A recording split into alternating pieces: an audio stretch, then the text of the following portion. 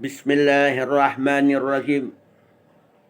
Para pendengar dan pencinta kajian ilmu tasawuf rahimakumullah. Mari kita lanjutkan tema kajian kita, Al-Jami'u Bainal Manfaatin. Kumpulan di antara manfaat, kumpulan dari beberapa manfaat. Merupakan pertemuan yang keempat. Pertemuan yang pertama sudah kita pelajari, kedua dan ketiga juga sudah. Sekarang pertemuan yang keempat di pagi ini. Al-manfaatus saniyah, manfaat yang kedua kita raih. Artinya kumpulan dari beberapa manfaat itu. Amanu min maqayyidil jinni wa syaitani. Aman dari tipu daya jin dan syaitan. Kalau diri kita ini sudah terhubung dengan Allah, terhubung dengan Rasulullah, kita meyakini bahwa jasmani dan rohani ini adalah nur Muhammad kita rasakan. Bahkan musyahadah kita itu hanya nur Muhammad saja. Yang ada kita sudah duduk di nur Muhammad, makam kita sudah di nur Muhammad. Amanu min maqayyidil jinni wasyaitan. Aman dari tipu daya jin dan syaitan. Karena syaitan itu sudah ma'rifah dengan Allah, sudah kenal dengan Allah. Tetapi syaitan tidak pernah tunduk kepada Nur Muhammad. Nah, begitu disuruh sujud kepada Adam, maka syaitan tidak mau. Iblis tidak mau sujud. Usjudu li Adam, sujudlah kepada Adam. Pasajadu, maka sujudlah semua malaikat itu. Pasajadu, faul pujaiyah, maka pasajadu. Illa iblis, kecuali iblis. Usjudu li Adam, sujudlah kepada Adam. Pasajadu, maka sujudlah seluruhnya. Illa iblis, kecuali iblis tidak mau. Karena iblis merasa dia yang paling hebat. Tetapi iblis tidak menyadari bahwa sujud kepada Adam itu dia tidak mau. Karena Adam itu dari tanah. Kata iblis, ana khairum minhu. Aku lebih baik darinya. Jadi dia tidak mau. Khalaqtahu. Kata iblis, khalaqtu min tin. Khalaqtahu.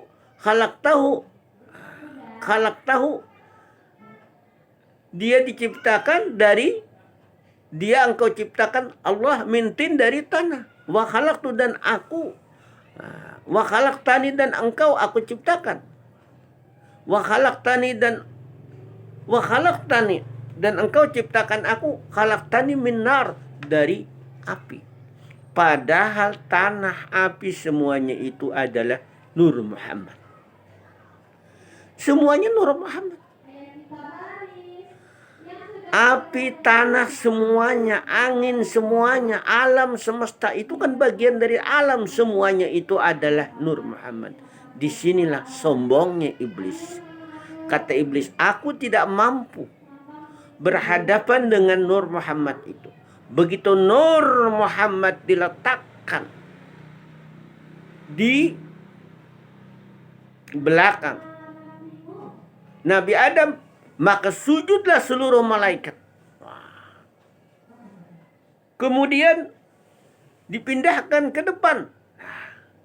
Maka iblis tidak mampu memandang, melihat muka Nabi Adam itu. Tidak mampu. Betapa dahsyatnya nur itu. Kita jangankan nur, roh saja tidak mampu kita.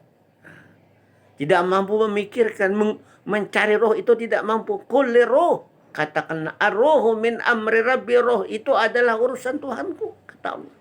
Wa ma utitu minal ilmi, dan kamu itu tidak diberi ilmu illa qalila, kecuali sedikit, apalagi yang namanya nur. Maka nur itu disembunyikan, baru iblis bisa. Karena kata iblis, aku tidak mampu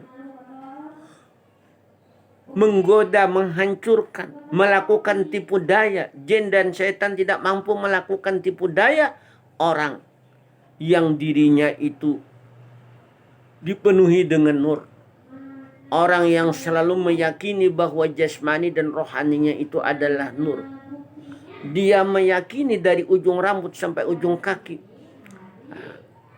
orang yang sudah makamnya kedudukannya di nur, maka iblis tidak akan mampu. Jadi aman kita, amanun min makayinil jinni wasyaitan, aman. Kalau kita berwasilah, inilah manfaat yang kita dapatkan, aman dari tipu daya jin dan syaitan. Qala al-Imam al-Busairi rahimahullah. Berkata Imam Busairi rahimahumullah, mudah-mudahan Allah Subhanahu wa taala memberikan rahmat kepadanya. Huwal habibul ladzi turja syafa'atuhu. Dialah habib kekasih. Jadi Nabi Muhammad itu habib kekasih, alladzi turja syafa'atuhu. Diharapkan syafaatnya, diharapkan pertolongannya. Tidak ada yang bisa memberikan pertolongan. Nabi-nabi yang lain pun tidak akan bisa memberikan syafaat selain Nabi Muhammad sallallahu alaihi wasallam, selain Rasulullah sallallahu alaihi wasallam. Likulli haulin minal ahwali muqtahimi. Bagi setiap huru hara yang mengerikan, bagi setiap huru hara minal ahwal, dari yang mengerikan, muqtahimi.